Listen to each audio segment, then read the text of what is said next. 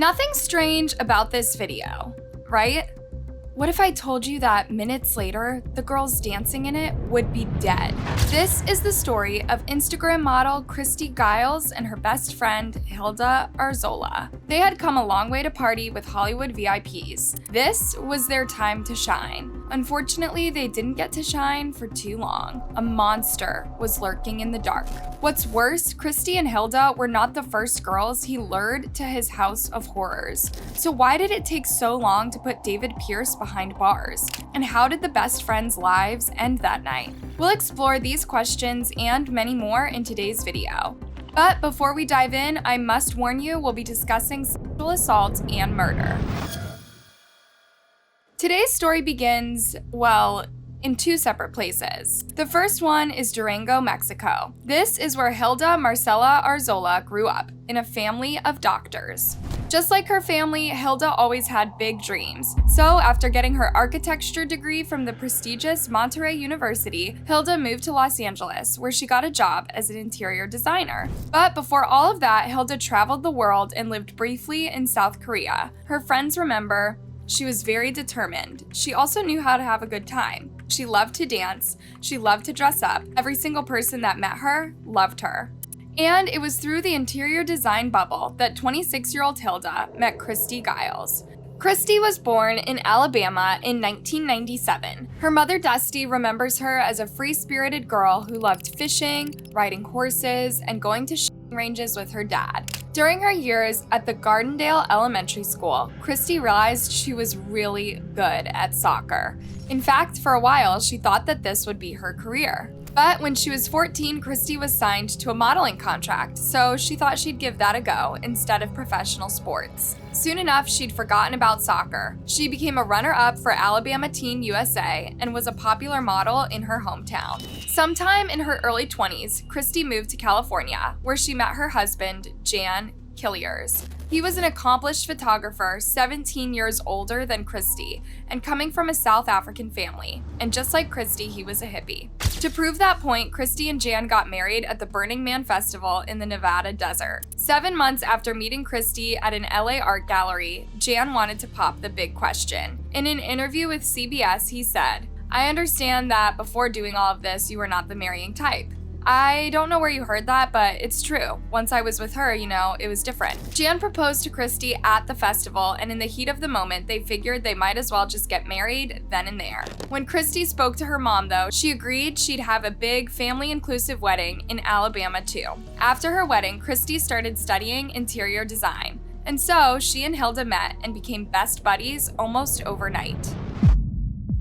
One of Christy and Hilda's favorite activities together was going to the VIP parties in Hollywood. Of course, it was exciting to rub elbows with Hollywood's A-list celebrities and explore private venues across LA. Hilda's big dream was to work in Canada, but she was more than happy to be introduced to this world by Christy, who worked as a model and was the bridge to the VIP parties. On Friday, November 12, 2021, Christy's husband Jan took a trip to San Francisco to see his father and go on a hike together. The rest of the family was still living in South Africa, so Jan and his dad were really close. Christy and 3 friends, including Hilda, decided to have a girls' night out that weekend. Before heading out to the party on Friday afternoon, Christy took her cat to the beach and sent this selfie to Jan. "Those were the last pictures she sent me of this herself, and she said, 'I wish you were here, and I will forever wish that I was there too.'"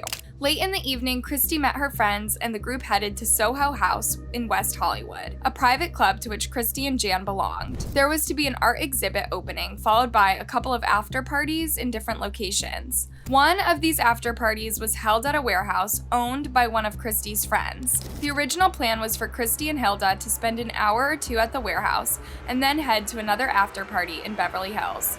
But they never made it to Beverly Hills. Inside the warehouse, the girls filmed themselves dancing, and Hilda posted this on her Instagram page. The girls were happy and free, but they were also feeling sociable. Sadly, that night they met a terrible predator by the name of David Pierce. David Pierce met Hilda first. He was a big shot Hollywood producer, he said, and he was there partying with his two besties, Michael Ansposh and Brant Osborne. After dancing around with Hilda for a few minutes, David told her he was hosting an after party at his place, and he invited her with Christy too.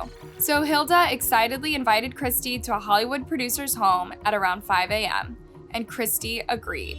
Just before they took off with David and his two friends, Christy and Hilda posed for a photo. This would be their last photo together. The next day, Christy's body was dumped in front of an LA hospital by a black Toyota Prius with no license plate. Hilda was dumped at another hospital fighting for her life. After a few weeks on life support, her family decided to pull the plug a day before her 27th birthday. She was officially brain dead, and there was nothing the doctors could do to save her life. On November 13th, the police had a long list of harrowing things to do. On the one hand, they had to inform the girls' families of what had happened. Dusty Giles remembers, "I was just told, 'I'm very sorry to inform you, Miss Giles, but she was dropped off at our hospital on the outside, kind of like a bag of garbage, and, she didn't make it.' And I said, 'What do you mean she didn't make it?' And they said, 'It's now a police matter.' I hung up and fell apart." She rushed to the ER at the Southern California Medical Center, only to find her daughter at the morgue. Christy had just turned 24. Hilda's mother, who is also named Hilda, flew from Mexico to the Kaiser Permanente Hospital, hearing that her daughter was in a really bad state. I received the phone call in the middle of the night saying she was so ill. She was very bad. She was intubated. My heart broke into 1,000 pieces because I saw my baby unconscious and fighting for her life. I said, "Is this real? Am I dreaming?" I took her hand and I said, "Mom's here with you. You're not alone." But Hilda barely looked like herself anymore. She was just a shell of the once energetic girl. The toxicology reports for both girls were awfully similar. They had inhumane amounts of MDMA, cocaine, and fentanyl in their systems. Either one of these three substances would have been lethal in that quantity, but combined, Hilda's medical doctor mom was certain her daughter had been drugged against her will. So was Jan. Jonathan Vigliotti. When you were told that the cause of death was an overdose, did that add up to you? Jan. Absolutely not. Definitely not something that she would have done to herself ever. That's just not her. Christy had something else in her system. GHB, known as the date rape drug. It makes people feel, like they are in a very, very blissful state where they just, they want to relax. They're happy, go lucky. They're even sexual. Their inhibitions definitely get raised, and they want to do certain things with people that they wouldn't regularly do. It's not a drunken state. It's more, like I said, liquid ecstasy. Sadly, GHB has become an enabler for sexual predators at parties. Others have misused GHB. It's been used as a date rape drug. Sometimes people will take GHB and they'll put it into somebody's drink. It's very lethal and deadly if it is drank with alcohol. So often somebody will be drinking, just a regular beverage, and somebody will put some GHB in it without them knowing, and then they'll take advantage of it. Imagine learning about this as the victim's loved ones. Jan was heartbroken at the idea that his wife's last hours were filled with abuse before she was ultimately murdered. He was one of the most active voices during the case, fighting hard for the police to look at the girls' overdoses seriously. This was not something they had chosen to do to themselves. Jan did his own research too. He found out that hours before Christy was dumped at the hospital, her phone pinged at an unknown location. So he posted this on social media. And before long, he was flooded with answers. The address Christy was last spotted at was 8641 West Olympic Boulevard, the home of David Pierce. There's somebody that lives at this location that is a very unsavory person. Something or someone stopped them in their tracks because they never got out and they never left. People's suspicions were warranted. As soon as David Pierce's name came up, dozens of women came forward with horrifying stories about him. In short, he was a serial rapist, and his targets were all beautiful women in Hollywood. David Pierce wasn't a Hollywood producer. He'd been lying his way up Hollywood's ranks for a long time, and as his name grew in the eyes of people who believed him, he became a trusted figure. Trusted enough to make it into the VIP parties, even though no one really knew what he did. In a sad and ironic twist, the VIP part of the warehouse where Christy and Hilda were dancing that night advertised itself as being safer and more selective.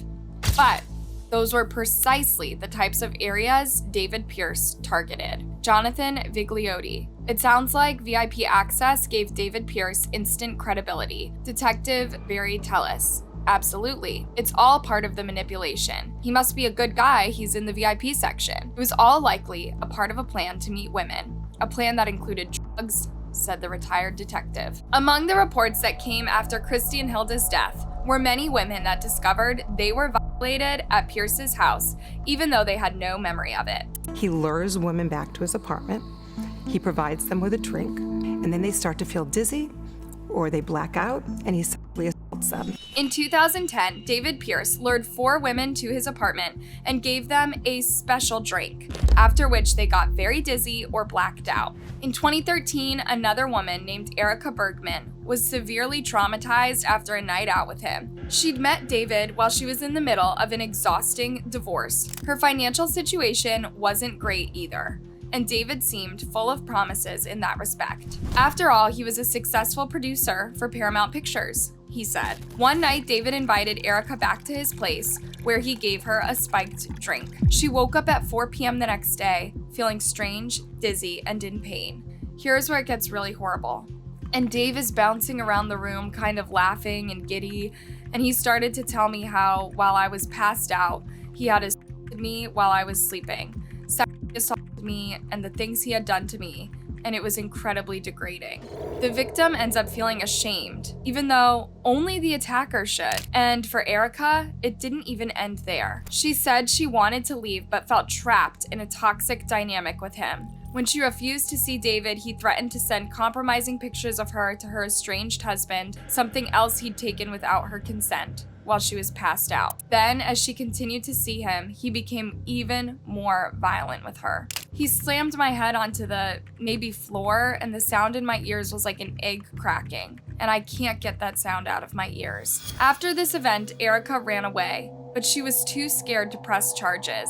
However, she did write a post on her blog warning other women about dating him. When it came to Christy and Hilda, something bad had clearly gone even worse. It was suspicious enough that they were last seen with this man at the warehouse and at his home later on. But there was also the fact that 3 masked men had dropped the girls at different hospitals in a car without a license plate. There was foul play involved, and everyone knew it. Around this time, the district attorney urged any other victims of David's abuse to come forward. And they are asking if you have been a victim to please come forward.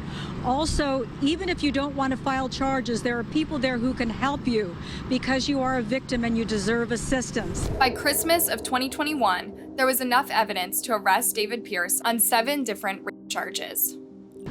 I was just very relieved that, these guys are going to get off the street finally, and that they're going to get what they deserve.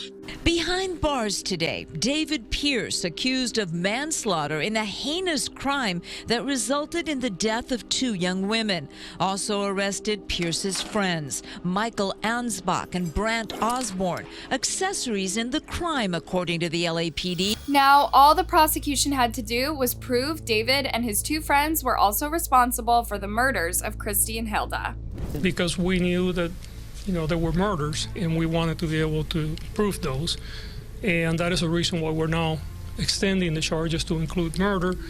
We also reached out to the community because we felt that there would be other victims, and we now have 7 additional victims. For Jan, this didn't make much of a difference in the death of his wife and her friend. They get charged with full extent of the law. No amount of legal justice will ever bring Christy back or Hilda back. And so, but at least, they'll be off the streets, and, they'll be, LA will be a little bit safer. Yeah. It's truly distressing to think how many women were preyed upon by these monsters before they were actually caught. David Pierce has been set at $1 million, while bail for both Ansbach and Osborne has been set at $100,000 each. All three men are expected to be charged tomorrow. In July 2022, David Pierce was charged with 7 counts of sexual assault committed between 2007 and 2020.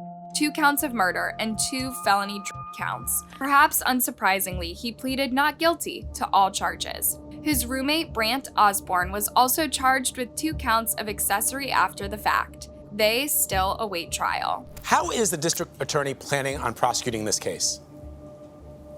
Yeah, Vlad, so the prosecution plans to combine the 7 sexual assault charges we mentioned with the murder and drug charges in one trial. At this point, Pierce has not been charged with assaulting Hilda and Christy, so the prosecution presumably will need to establish a deadly pattern of behavior.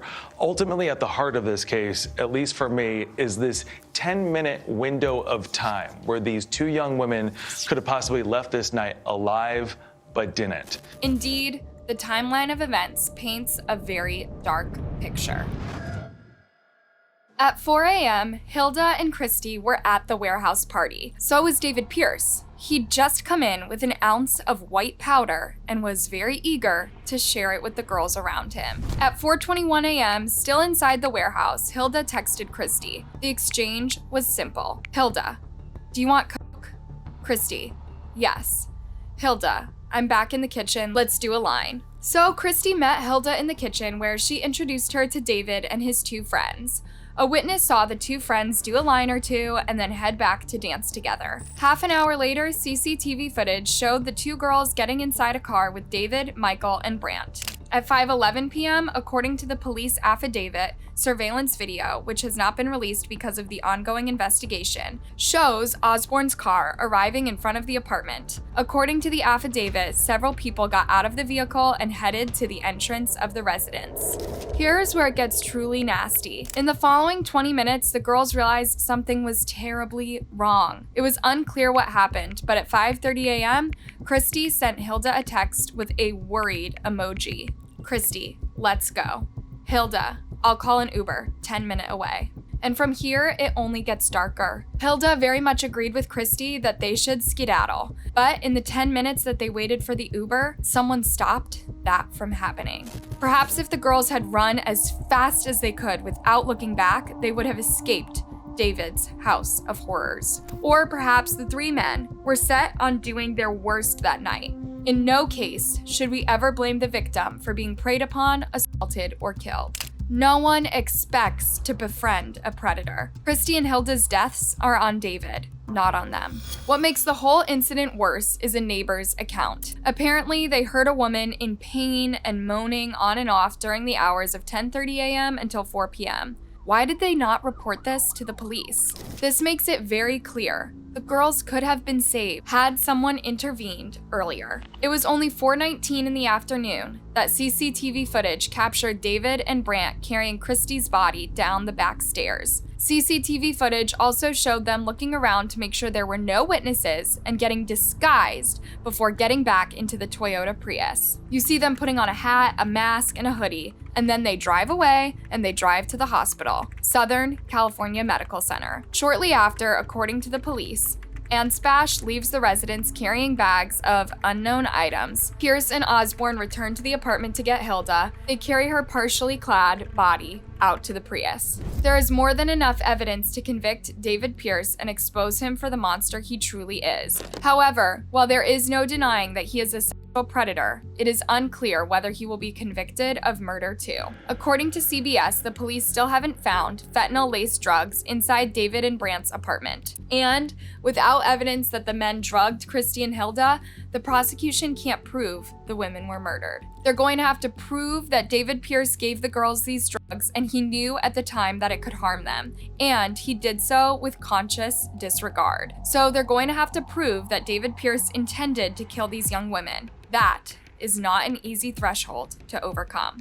David's defense team will most likely argue that the girls did coke back at the warehouse, so they could have unknowingly taken fentanyl-laced powder. But with David's history of assaults via spiked drinks and with Hilda's toxicology report showing GBH in her system, the prosecution will have a fair amount of invaluable evidence. Plus, the girls' distressing message exchange minutes before they disappeared is pretty telling. They were held against their will. It's heartbreaking that he started committing heinous crimes as early as 2007, yet he wasn't caught for another 14 years. Reportedly, David Pierce was arrested in 2014 for sexual assault, plus an additional rape case. But sadly, rape cases are the toughest to prove. Statistics suggest that just 17% of people report their sexual assault, and 3% of complaints result in convictions. One of the big problems with these kinds of assaults is that the event is so shocking and traumatizing to the victim, they rarely remember its details. Like a black wall comes down and I have no sense of where I was, what happened. I mean, it's just a nothingness, basically. I'd accidentally got into a car that wasn't my cab, and I woke up the next day. I had no idea where I was, and I was completely naked, feeling very scared because I had no idea how I'd ended up in this place. 48 hours after it happened, I came to terms with the fact that I'd been raped. Emily was trying to get home after going out with her friends when she got into a car claiming to be her Uber and got violated. When she went to the police, she gave them everything she had on her that night, hoping to provide them with DNA evidence. But she didn't remember anything about her attackers, and when the police asked to search her entire phone records, she felt it was too invasive. He told me that if I didn't give them my phone, that they may just decide not to proceed with the case. It did feel like being violated all over again. It turns out, if she had given the police her phone, this might have worked against her. And one of the things that one of the police officers said to her was essentially if there was evidence that she had once had sex with multiple men and enjoyed it, that might be evidence which would undermine her account. And that's the kind of lack of rational analysis in the way that the police seem to be approaching the mobile phone issue. First of all, the law doesn't allow someone's intimate history to be used in that way. Second of all, what relevance does this have when someone is violated? It almost sounds like the police are looking to blame the victim. Emily's case was dropped, and she never got justice for something that affects her life every single day. This happened in the UK, but this is the sad and complicated situation with assault cases all around the world, including the US, where Christy and Hilda suffered their terrible fate. So David Pierce might have gotten away after his 2014 arrest, but now there are at least 7 women willing to testify against him in court. The prosecution believes that will be enough to paint the whole picture around Christy and Hilda's murders too. Reportedly, Michael Anspash, who is cleared of all charges, is also willing to testify against his 2 former friends. Hopefully, David Pierce will never get the chance to torture another soul again. Christy was cremated and half of her ashes were put away in a butterfly box, wrapped in the wedding dress that her mother had prepared for her wedding in Alabama. Christy never got to have her family wedding. The other half of her ashes were given to Jan, who scattered them in all the places he and Christy loved visiting together. Hilda's family chose to donate her organs, and as the doctors took Hilda to the OR, hospital staff started clapping for her family. The medical team was clapping to honor her, to say thank you for giving life to others. She was buried in Monterrey, Mexico, where her family could visit her. Her sister, Fernanda, said, "We brought her favorite thing to drink and her favorite cake. At first we were crying, but at some point we put her favorite music on and we just started dancing. And we were laughing and hugging and it was beautiful. I felt like she was there." Did David express any remorse over what he did? Nope. He told detectives, "At the end of the day, I didn't do anything wrong. I just tried to make the situation, right." Yeah. Date, rape, and murder aren't exactly right. But one thing's for certain, Christy and Hilda's families are fighting very hard to see him behind bars for life. Hey guys, thanks for watching. What are your thoughts on this tragic case? Do you know other similar cases? Let me know down in the comment section. And before you go, make sure you like, subscribe, and hit that bell button. That way, you'll never miss another episode. See you next time, and stay safe, y'all.